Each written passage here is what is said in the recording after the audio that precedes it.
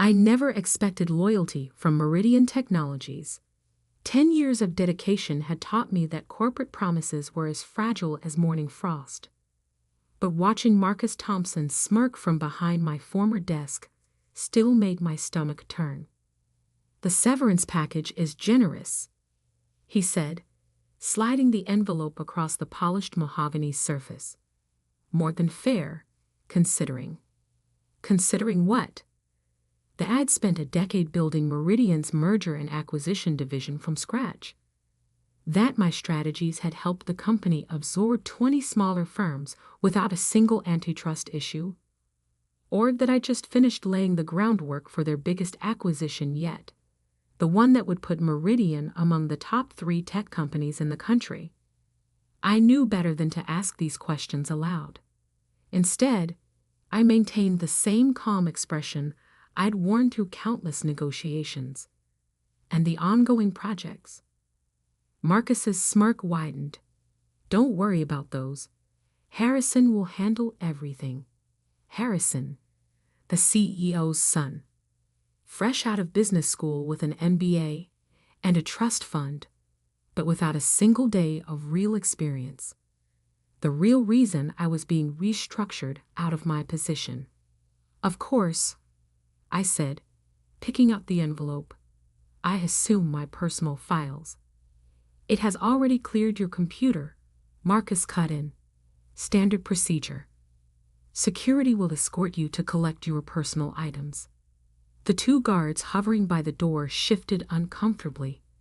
They'd worked with me for years, watched me arrive early and leave late, seen me guide the company through countless complex deals. "That won't be necessary," I said, standing. "I keep everything important up here." I tapped my temple with my index finger. Marcus's smirk faltered slightly. He knew what I meant. The relationships I'd built, the strategies I'd developed, the intimate knowledge of every deal we'd ever made. None of that could be deleted from a hard drive. "You signed an NDA," he reminded me sharply. "I did," I agreed. "And I always honor my contracts, unlike some people." I turned to leave, but his voice stopped me. "Was that a threat, Alexandra?" I looked back, meeting his eyes. "Just an observation, Marcus. One professional to another." The walk to my office felt like a funeral procession. Employees quickly looked away as I passed, their faces a mix of pity and fear. News traveled fast in corporate corridors. My office, my home for the past decade, had already been partially packed.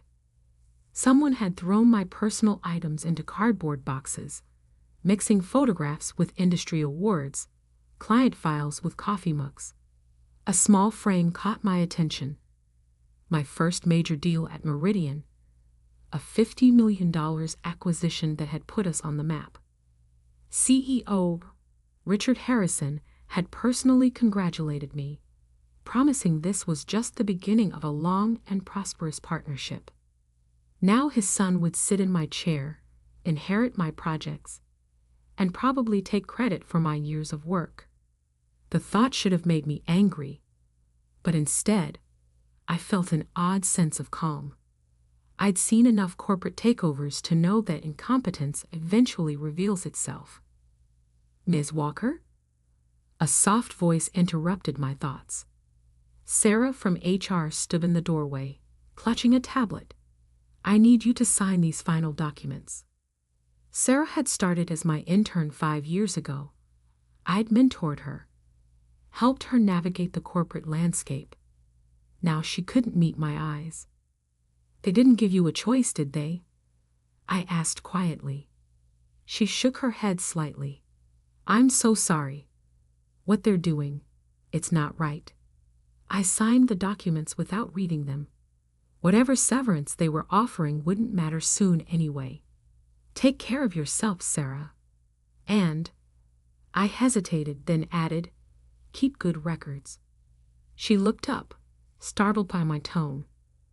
"What do you mean?" "Just a habit I picked up over the years. Documentation is everything in our line of work. I picked up the single box containing 10 years of my life and walked out of Meridian Technologies for the last time. The security guards insisted on escorting me to my car, but their posture was apologetic rather than intimidating. As I placed the box in my trunk, my phone buzzed. A message from Tom Chen at the Federal Trade Commission. Heard what happened? Let's have coffee. I smiled, remembering all the times I'd negotiated with Tom during Meridian's acquisitions.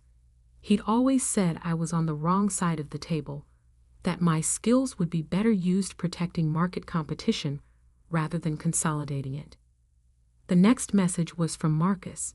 Final reminder about the NDA. Any breach will result in immediate legal action.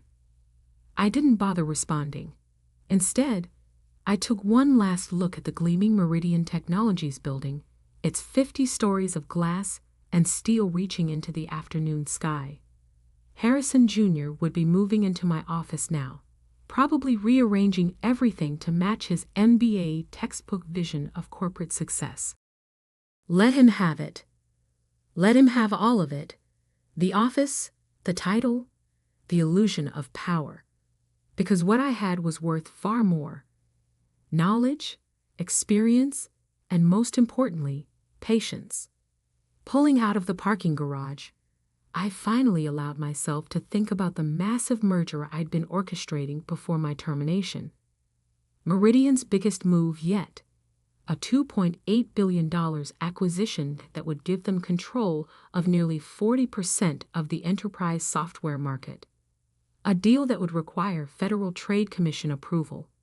A deal that Harrison Jr., with all his theoretical knowledge and family connections, would now have to shepherd through the complex regulatory process. A process that would cross the desk of someone with intimate knowledge of Meridian's inner workings, someone who understood exactly where to look for potential antitrust violations. I checked my rearview mirror, watching Meridian's tower recede into the distance. The severance package sat unopened on my passenger seat, along with a decade of memories and a lifetime of lessons learned. My phone buzzed again. Tom, coffee tomorrow? 9 a.m. at Catalyst? I typed a quick response. Looking forward to it. Marcus's words echoed in my mind.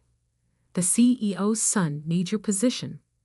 I wondered if Harrison Jr. would need my position as much when his precious merger landed on my desk at the Federal Trade Commission, where every document would require my signature, every meeting would need my approval, and every decision would pass through my expert review.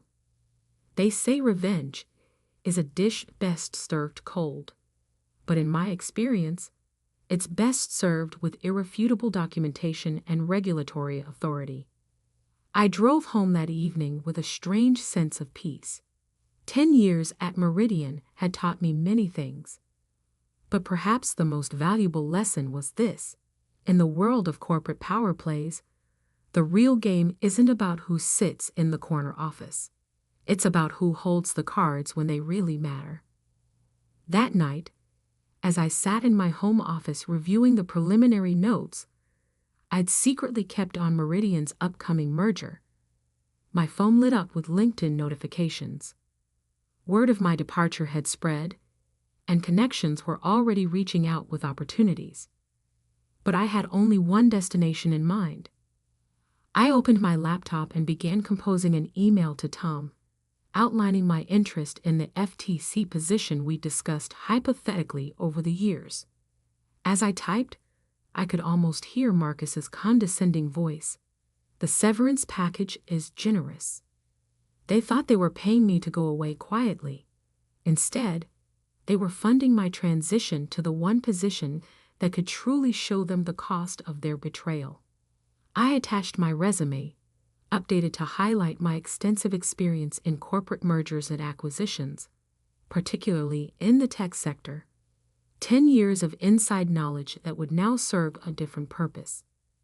Before hitting send, I glanced at the family photo on my desk, me with my younger sister on her college graduation day. Always have a backup plan, I told her. And make sure it's the last thing they expect. The email went out at exactly midnight. By morning, the pieces would begin falling into place. Harrison Jr. could have my old office, my title, even my projects. But some things can't be inherited or bought. Things like experience, insight, and the ability to see 3 moves ahead. Things they'd soon discover were worth far more than any severance package. The real game was just beginning. And this time, I wouldn't be playing by their rules. The Federal Trade Commission's office in Washington, D.C. was a far cry from Meridian's gleaming corporate tower. No marble lobbies or elaborate artwork here, just the quiet efficiency of government service. But as I sat in my new office 6 months later, I knew I'd found something more valuable than corporate luxury: real power. The Meridian Tech Core merger documents just arrived, Tom announced, dropping a thick folder on my desk. Guess who's leading their acquisition team? I didn't need to look. Harrison Jr. Got it in one. Tom leaned against my doorframe, grinning. The same Harrison Jr. who's made 3 major procedural errors in the preliminary filing. Want to see? I held up my hand. Send them to my team. I need to maintain complete objectivity. Tom nodded approvingly. You're taking this seriously. I have to. I turned to look out my window at the Capitol building in the distance. They'll be watching for any sign of bias. One mistake, and the whole review could be compromised. The irony wasn't lost on me. After firing me to make room for the CEO's son, Meridian had inadvertently positioned me as the gatekeeper for their most ambitious expansion yet. But personal satisfaction wouldn't be enough. I needed to play this perfectly. My phone buzzed. A message from Sarah, my former intern at Meridian. Harrison Jr. just had a meltdown in the M&A department. The regulatory compliance team found major issues with his merger strategy.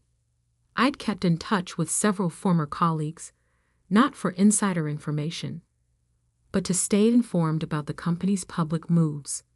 Harrison Jr.'s struggles weren't surprising. He'd inherited my position, but not my experience, my connections, or my understanding of regulatory nuance.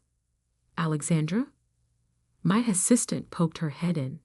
The preliminary review meeting is starting. Harrison's team is on video conference. I straightened my jacket and gathered my materials. Time to give Harrison Jr. his first lesson in real-world corporate strategy. The conference room was packed with FTC analysts and legal experts. On the large screen, Meridian's team filled their side of the virtual meeting. Harrison Jr. sat front and center, his expensive suit and practiced smile, a perfect reflection of corporate privilege. His smile faltered slightly when he saw me. Clearly, no one had told him who now headed the FTC's tech sector merger review division. Good morning, I began, my voice professionally neutral. Let's discuss the proposed Meridian Tech Core merger. Our initial review has identified several areas of concern.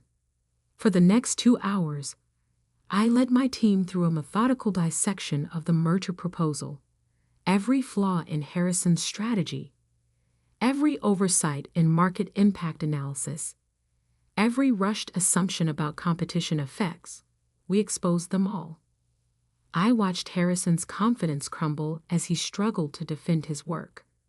The NBA theories he'd relied on proved useless against practical regulatory experience. These issues, I concluded, raise serious questions about market concentration and competitive impact. We'll need comprehensive revisions and additional documentation before proceeding. But the shareholder vote is in 6 weeks, Harrison protested. We can't delay. Then I suggest you address these concerns quickly, I replied calmly. The FTC's duty is to protect market competition, not meet corporate deadlines. After the meeting, Tom found me in my office. "That was masterful," he said. "Completely professional, absolutely by the book, and utterly devastating." "It wasn't personal," I replied, although we both knew better. "Every concern we raised was legitimate." "Of course." He paused. "You know they'll try to go above you? Harrison Sr. has friends in high places." I smiled. "So do we. That's why we document everything, follow every procedure, and make our decisions bulletproof." That evening, as I reviewed more merger documents, my phone lit up with a familiar number. Marcus Thompson, my former boss. "Alexandra." His voice had lost its smirk. "We should talk." "All communication about the merger should go through official channels," I replied. "This isn't about the merger. It's about rectifying a situation. The board has been discussing your departure, and we feel." "Goodbye, Marcus." I hung up, but the calls kept coming. Board members, executives, even Harrison Sr.'s office. They all wanted to discuss opportunities. What they really wanted was to neutralize me, to find some way to remove me from the merger review process. But they were too late. 2 weeks later, Sarah sent me another message. "Emergency board meeting today. Harrison Jur's merger strategy is falling apart. Market analysts are getting nervous." I didn't respond, but I understood the panic. Meridian had positioned this merger as transformative, promising shareholders a major market expansion. Any significant delay or complication could send their stock price tumbling. That afternoon, I received an official request for an expedited review process, citing market urgency and shareholder interests. The document was signed by Harrison Jr., but I recognized Marcus's writing style. I drafted my response carefully. "The FTC's review process cannot be expedited without compromising our regulatory duty. All standard procedures and timelines remain in effect." Tom dropped by later. Meridian's stock dropped 8% today. Rumors about merger troubles. I nodded, keeping my expression neutral. The market reacts to uncertainty. Harrison Jr.'s giving interviews, promising the merger's on track, but analysts aren't buying it. He studied me carefully. "You know they're desperate now. They'll try something." "Let them try." I gestured to the wall of files behind me. Every decision, every communication, every review step. It's all documented and witnessed. They can't touch this process without raising red flags they can't afford. That night, working late, I received one final message. From Harrison Sr. himself. "Name your price." I stared at those 4 words, remembering the day his son had taken my position, the smirk on Marcus's face, the betrayal of a decade's loyalty. My reply was simple. Some things aren't for sale, but full regulatory compliance is available free of charge. The next day, Meridian's stock dropped another 5%. Financial news channels began running stories about troubled mergers and regulatory hurdles. Harrison Jr.'s smiling interviews couldn't stop the market's growing skepticism. I watched it all with professional detachment, focusing on my team's thorough review process. Every I dotted, every T crossed, every regulatory requirement meticulously enforced. They had taught me well at Meridian. Documentation is everything. Now those lessons were coming back to haunt them. As I left the office that evening, Tom caught up with me in the parking garage. "Meridian's board is meeting again tomorrow. Rumor has it Harrison Jr.'s position might be in jeopardy. The FTC doesn't concern itself with internal corporate politics," I replied diplomatically. He laughed. "Of course not. But hypothetically, if a company wanted to save a troubled merger, they'd need someone who understands both sides of the process. Someone with experience in both corporate strategy and regulatory compliance. Hypothetically, Tom agreed. I got into my car, smiling slightly. Hypothetically, that person would need to be very patient and very thorough. The next day would bring more desperate calls, more attempts at negotiation, more promises and threats. But I had learned long ago that real power isn't about corner offices or corporate titles. It's about being in exactly the right position when others realize exactly how much they've underestimated you. And Meridian was about to learn that lesson the hard way. The morning of Meridian's final merger presentation dawned clear and cold. As I walked into the FTC's main conference room, I could feel the tension in the air. This wasn't just another regulatory review. It was the moment everything would change. Sarah's text had arrived an hour earlier. Board gave Harrison Jr. an ultimatum. Make this work today, or else. His father won't protect him anymore. I set up my materials methodically, arranging the documented violations, market analysis reports, and compliance requirements in perfect order. The room slowly filled with FTC officials, legal teams, and economic analysts. Everyone knew this was no ordinary merger review. At precisely 9:00 a.m., Meridian's delegation arrived. Harrison Jr. led the group, his usual confidence replaced by barely concealed panic. Behind him came Marcus Thompson, looking like he hadn't slept in days. And there, bringing up the rear with thunderous expression, Harrison Sr. himself.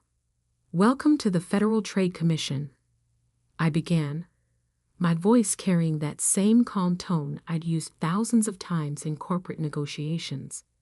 Today, we'll make our final determination on the Meridian TechCore merger application. Harrison Sr. stepped forward.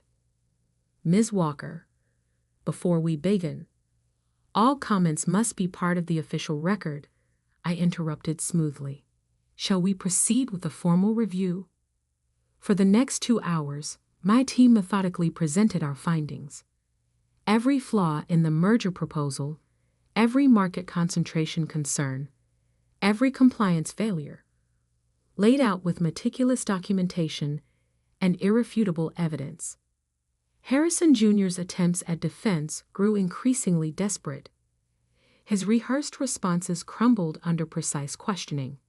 His MBA theories wilted against practical regulatory requirements. This is absurd, Marcus finally exploded. These are minor technical issues. Minor? I raised an eyebrow, sliding a document across the table. Would you consider a 47% market concentration minor? Or these undisclosed subsidiary holdings? Another document. Or perhaps these anti-competitive clauses buried in page 247 of the merger agreement. The room fell silent. These weren't just technical violations. They were serious issues that could kill any merger application. How did you? Harrison Jr.'s voice trailed off as realization dawned. These were exactly the kind of details I used to catch during my time at Meridian. The kind of pitfalls I'd warned about in countless meetings. The kind of mistakes an experienced executive would never make. The FTC's preliminary conclusion, I continued, is that this merger as currently structured would create significant anti-competitive effects in violation of Section 7 of the Clayton Act. Harrison Sr.'s face had turned an interesting shade of purple. This is a vendetta. Every finding is fully documented and independently verified, I replied, gesturing to the mountain of evidence. Feel free to appeal our decision. Of course, that would extend the review process by another 6 to 8 months, during which time market uncertainty might. I didn't need to finish the sentence. Meridian's stock had already dropped 30% since the merger troubles began. another 8 months of delays would be catastrophic. "What do you want?" Harrison Sr. demanded. "The FTC wants what it always wants: compliance with antitrust laws and protection of market competition." I paused, then added, "However, there might be a way to restructure the merger to address our concerns." "How?" "You'd need someone with intimate knowledge of both corporate strategy and regulatory requirements. Someone who understands the complexities of tech sector consolidation while maintaining competitive markets." I met his gaze steadily. Someone with experience on both sides of the table. The implication hung in the air. Harrison Jr. slumped in his chair, defeated. Marcus stared at his hands. And Harrison Sr., the man who'd approved my firing to make room for his son, finally understood the full cost of his decision. "The board meets in 2 hours," he said quietly. "I'll save you some time," I replied, pulling out one final document. "Here's a detailed proposal for restructuring the merger in compliance with all regulatory requirements. My team prepared it weeks ago, anticipating this moment." "You've had the solution all along." Marcus sounded strangled. "The FTC's goal is to make mergers work within the law, not prevent them entirely." I smiled slightly. Of course, implementing these changes would require experienced leadership. The next few hours passed in a blur of activity. Meridian's board met in emergency session. Harrison Jr. resigned to pursue other opportunities. Press releases were crafted, and a new organizational chart was drawn up, one that looked remarkably different from the day they'd escorted me out of the building. By evening, Meridian had announced a strategic restructuring of their merger plan. The markets responded immediately, their stock recovering as analysts praised the company's sophisticated approach to regulatory compliance. Tom found me in my office as I was packing up. "Heard you're heading back to the private sector. Executive Vice President of Strategy and Regulatory Compliance," I confirmed. "A new position, reporting directly to the board." He grinned. "And Harrison Jr.?" "I believe he's taking some time to gain practical experience at a smaller firm." "You planned this whole thing, didn't you? From the moment they fired you?" I thought back to that day in my old office, looking at my awards while Marcus smirked from behind my desk. Let's just say I understood the game better than they did. The next morning, I walked back into Meridian's headquarters. The security guards who had escorted me out 2 years ago now nodded respectfully. Employees who'd once avoided eye contact stopped to congratulate me. Sarah met me at the elevator. "Your new office is ready. It's bigger than your old one." And she smiled. "It has a perfect view of Harrison Jr.'s old parking space." "Have facilities reassign that spot," I replied. "We've got more important things to focus on." My new office was indeed larger, with a corner view of the city. On the desk sat a single envelope, the same severance package I'd never opened 2 years ago. A note from Harrison Sr. was attached. Lesson learned. I dropped both in the shredder without opening them. Some things are worth more than money. Marcus appeared in my doorway, all his old arrogance replaced by nervous deference. "The merger team is ready for you."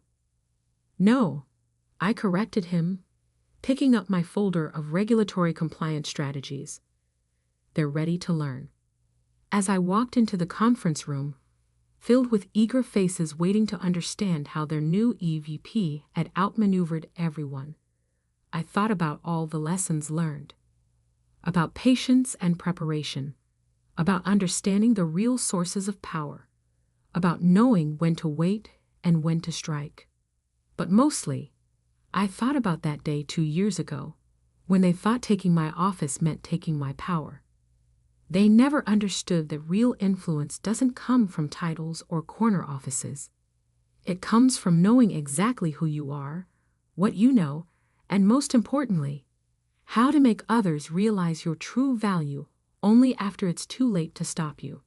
Harrison Jr.'s MBA theories never taught him that, but I have a feeling he's learning it now. One humbling lesson at a time. As for me, I got a merger to fix, a company to reshape, and a few more lessons to teach about underestimating the wrong person. After all, in the world of corporate power plays, the real victory isn't in taking someone's position. It's in making them give it back to you, and thank you for accepting it.